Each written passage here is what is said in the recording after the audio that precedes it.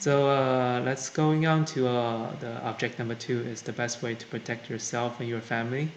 So the lower is more important in my opinion. Number 1 is airborne precaution. Number 2 is contact. Number 3, and which we believe the majority and major route of transmission is droplet. So droplet precaution measures.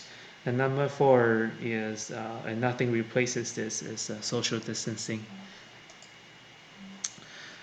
So this infection is like nothing I've ever seen or anyone else have seen. Um, it is not like the flu. It is not like any infection I've ever learned in medical school and residency.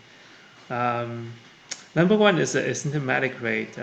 Most infected patients, based on CDC, has no symptoms, as high as 1 in 4.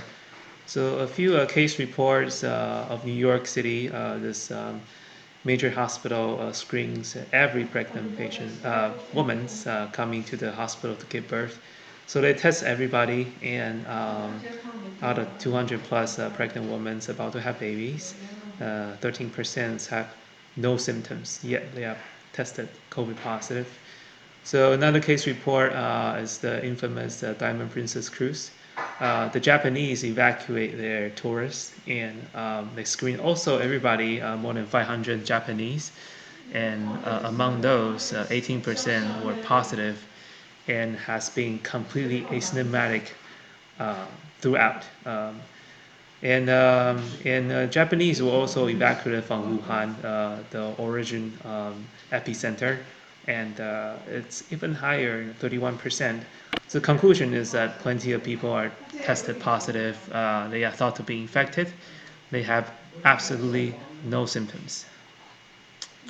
We don't know if they're contagious enough. They don't cough. They don't sneeze. But we found the virus from their nasal pharyngeal space. When we do the poke thing and send it to the lab for PCR. So if we find it in their nose, it is possible they can also spread the virus.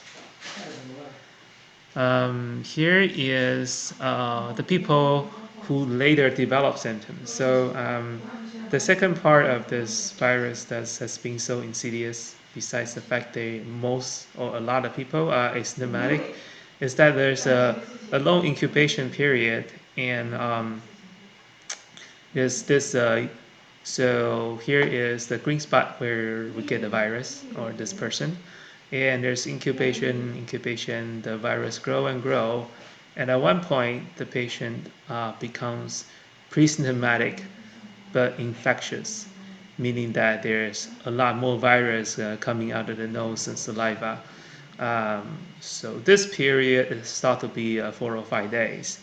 And the infectious period essentially is the full duration that patient is symptomatic and has viral shedding. And then later there's a symptomatic period where the cough and the shortness of breath and the fevers and all these other things you read on the news. This is when it happens, and so this is the key. It's a pre-symptomatic but infectious period. That's why it is so hard, and that's why we're doing the social distancing, even with our friends and families that have absolutely no symptoms. So here's a study coming out of a nursing home in Washington. And essentially, there's an outbreak of the COVID-19, and a lot of people caught the disease. Of those, about 27 elderlies were asymptomatic originally, and out of the 27, 24 become symptomatic, so majority of them later develop symptoms. And the median time of them to take the developed symptoms is 4 days, meaning that during those 4 days, they have really high concentration of virus in their nasal cavity, but they have absolutely no symptoms, which means whenever they talk, whenever they sneeze, or over pepper, or whenever they sing, they can be spreading the disease. So sounds to be terribly contagious, and scary. This is a famous news anchor, Mr. Kuzmo, and Governor Kuzmo, his brother. So yeah, I really appreciate him sharing his personal stories on nationalized TV every day. So the story is that later his wife got it, and his kid also got it. So since that, if you live with somebody who has COVID-19, no matter what you do, you will get infected based on this case study. Um, but there's a case series coming out of also China.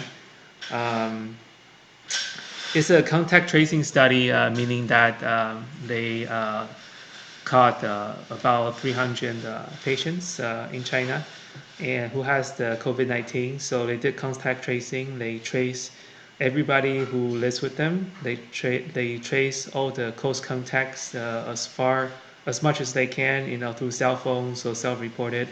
And it seems that based on the study, 11% of the people who live with COVID-19, the original patients, are infected.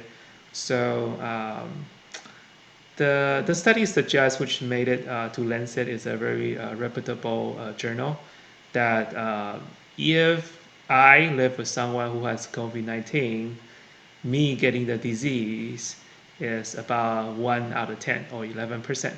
So it doesn't sound as terrible as in my head before I read this report. It's a good news in my opinion, but it's only one study.